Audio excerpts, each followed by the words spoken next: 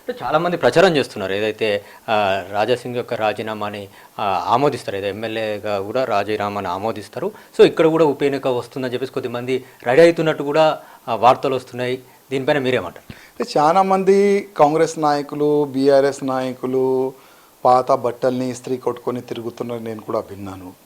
ఇప్పుడు కొంతమంది మా పార్టీలో ఉన్న కొంతమంది నాయకులు కూడా మేము కూడా గోషామెల్ నుంచి పోటీ చేస్తామని వాళ్ళు కూడా అక్కడిక్కడ తిరుగుతున్నారు, కొన్ని కామెంట్ కూడా చేస్తున్నారు, నేను కూడా చూసినాను, విన్నాను. కానీ అందరికీ ఒకటే చెప్పేది, బై ఎలక్షన్ ఇక్కడ రాదు, చాలా టైం పడుతుంది. 100% ఇంకా 3 years నేను ఇక్కడ ఎమ్మెల్యే ఉంటాను.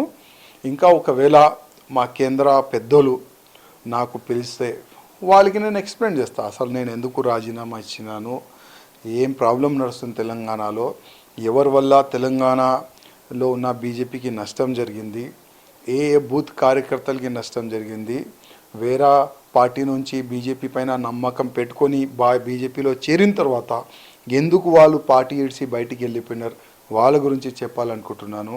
వేరే పార్టీ నుంచి ఇవాళ బీజేపీలో వచ్చిన తర్వాత వాళ్ళకి ఎంత అవమానం వాళ్ళు భరిస్తున్నారు, వాళ్ళ గురించి చెప్పాలను. ఎందుకంటే చాలా విషయాలు ఉన్నాయి చెప్పాలని, కేంద్ర మా పెద్దోళ్ళకి చెప్పాలని ఉంది. ఒకవేళ ఇవాళ లేకపోతే నాకు నమ్మకం ఉంది, ఇవాళ లేకపోతే రేపు కేంద్ర నాయకులు మా పెద్దలు మాకు పిలిచి మాట్లాడతారు, అసలు రాజీనామా ఎందుకు ఇచ్చినావు ఏంది వాళ్ళు అడుగుతారు అనుకుంటున్నాను. నేను అడిగిన తర్వాత నేను వాళ్ళకి ఎక్స్ప్లెయిన్ చేస్తా, వాళ్ళు సాటిస్ఫై అవుతారా లేదా అదైతే నేను చెప్పలేను, కానీ నా ప్రయత్నం అయితే నేను చేస్తా నిజం చెప్పడానికి. మీరేమైనా ప్రయత్నం చేస్తారా? మీరు వెళ్ళి కలిసేందుకు బీజేపీ అధిష్టానాన్ని కలిసేందుకు మీరేమైనా ప్రయత్నాలు చేస్తారా?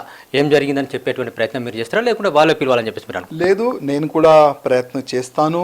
ఆల్రెడీ నేను చాలా మంది నాకు ఆశీర్వాదం ఇచ్చిన అట్లాంటి నాయకులకు నేను మెయిల్ కూడా నేను పెట్టినాను.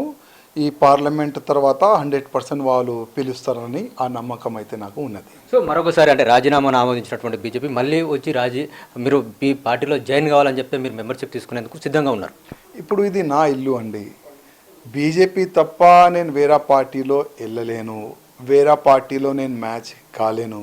ఎందుకంటే ఫస్ట్ ధర్మం, దాని తర్వాతనే రాజకీయం చెప్పే వ్యక్తి నేను. నా ధర్మం గురించి, నా సమాజం గురించి దేనికైనా సిద్ధం, అట్లాంటి ఆలోచన పెట్టుకున్న నేను ఆ వ్యక్తి. వేరే పార్టీలో నేను మ్యాచ్ కాలేను. ఎందుకంటే ఏ పార్టీలో ఎంఐఎంతో దోస్తీ పెట్టుకున్నారు, అట్లాంటి పార్టీలో నేను వెళ్ళలేను. అందుకోసం బీజేపీ నా ఇల్లు. ఎప్పుడైనా మా పెద్దలు రాజాసింగ్ రా అంటే ఇమీడియట్గా నేను వెళ్ళిపోయేది.